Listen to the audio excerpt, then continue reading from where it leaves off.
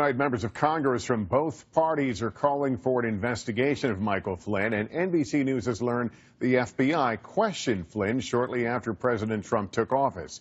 We have late details from our justice correspondent, Pete Williams. Just a few days after Michael Flynn became the national security advisor, he was interviewed by FBI agents, according to senior U.S. officials, about his phone call with the Russian ambassador.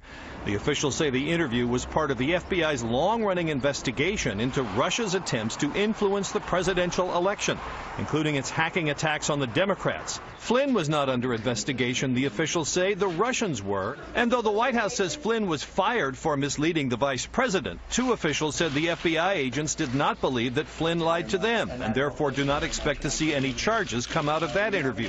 Good afternoon, everyone. But his days of answering questions are not over.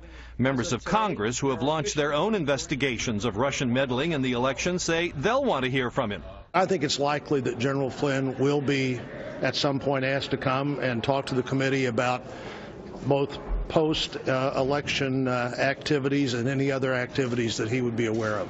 Some in Congress say the transcripts of Flynn's phone call with the Russian ambassador should be released. Given the public was misled about these conversations, I think the public has a right to know exactly what Flynn represented and who he was speaking for. Separately, the Army has been investigating whether General Flynn was paid by the Russian government for speaking at a Moscow event with Vladimir Putin 2 years ago.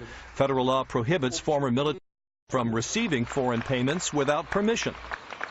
The FBI's investigation of Russia's involvement in the election is a long way from over, looking at what the Russians were doing and whether anyone here was helping them.